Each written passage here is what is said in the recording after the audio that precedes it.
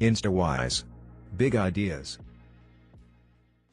The magical transformation can happen in the most mundane of places. And so you say in your life, well, something grips you and fills you with interest. And you think, well, should I do that? And the answer is, if not that, then something.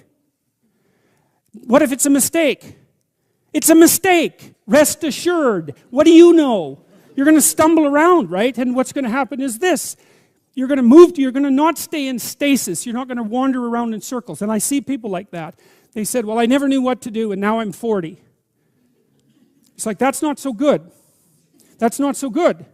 And you might say, well, and there is a literature too that suggests that people are a lot more unhappy when they look back on their lives about the things they didn't do than they are about the mistakes they made while they were doing things. And so that's really worth thinking about too, because there's redemptive mistakes. And a redemptive mistake would be a mistake that you make when you go out and try to do something. You know, you think, okay, I'm going to try to do this. When you're not good at it, you make a bunch of mistakes. It's like, well, what's the consequence? If you pay attention, is you're not quite so stupid anymore. That's the thing, is you've been informed by the results of your errors. And so what happens is you follow the beacon, you follow the light. And you're blind, so you don't know where the light is. It's dimly apprehended only, and you're afraid to follow it. But you decide to take some stumbling steps towards it. And as you take stumbling steps towards it, you become illuminated and enlightened and informed because of the nature of your experience, because you're pushing yourself beyond where you are, and you're going into the country that you have not yet been in, and you learn something. And so what happens then is the star moves. You move 10 feet towards it, and you think, no, that's not right. I didn't get it right. It isn't there. It's actually there. And so then you see it somewhere else, and you shift yourself slightly, and you move forward, and that's what happens. The infinite and the finite coexist, and most of the time we're in the place of the finite, but that doesn't mean that the place of the infinite doesn't exist. It just means that we can't get access to it. We just get intimations of it from time to time.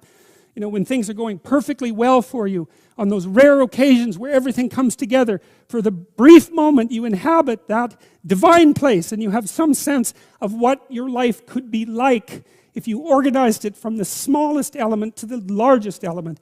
And that's a place that you can inhabit, if not forever, in a manner that at least felt like forever. How do we know that Mother Nature's attitude towards you isn't negative because your attitude towards things isn't proper?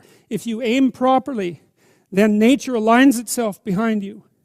Now, it also arrays itself in front of you, perhaps even as an antagonist, but the power that it provides you with from within might be sufficient to overcome it from without. And I think that the clinical evidence is clear about that. Because one of the things that we do know is that if you take people who are confronting terrible things and shrinking from them, and you teach them how to structure their behavior so that they can advance with courage, everything works better for them. Their fears decrease and their character grows. And so there might be enough of nature within us to help us withstand the nature that's outside of us. And it depends, at least to some degree, on how it is that we orient ourselves in the world, to some unknowable degree.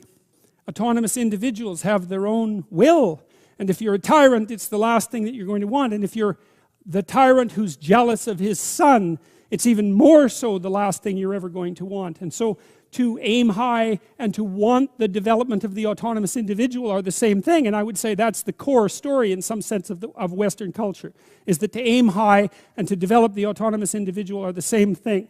From the scientific perspective, there's only two determining forces with regards to the destiny of the individual. There's nature, deterministic, and culture, deterministic.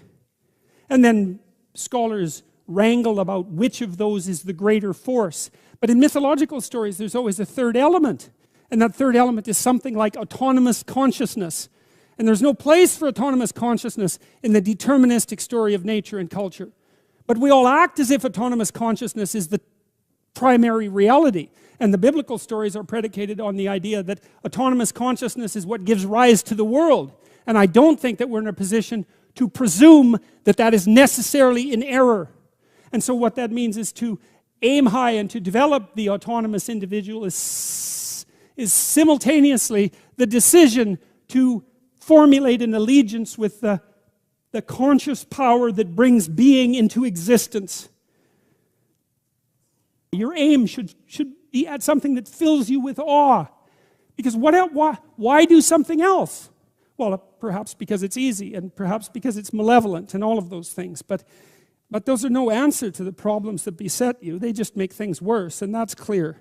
There's a saying, and I don't remember where it comes from, that it's better to have bread and water in peace than a feast in conflict. And like, that's not a saying, that's just the starkest possible description of the truth, because there's nothing worse than eating a grand meal with people you hate and despise that are at each other's throats. It's much better to have bread and water in peace. It's just clear-headed analysis of the structure of the world to say things like that. If you like this video, I recommend you to read this book. Get the book, link in the description below.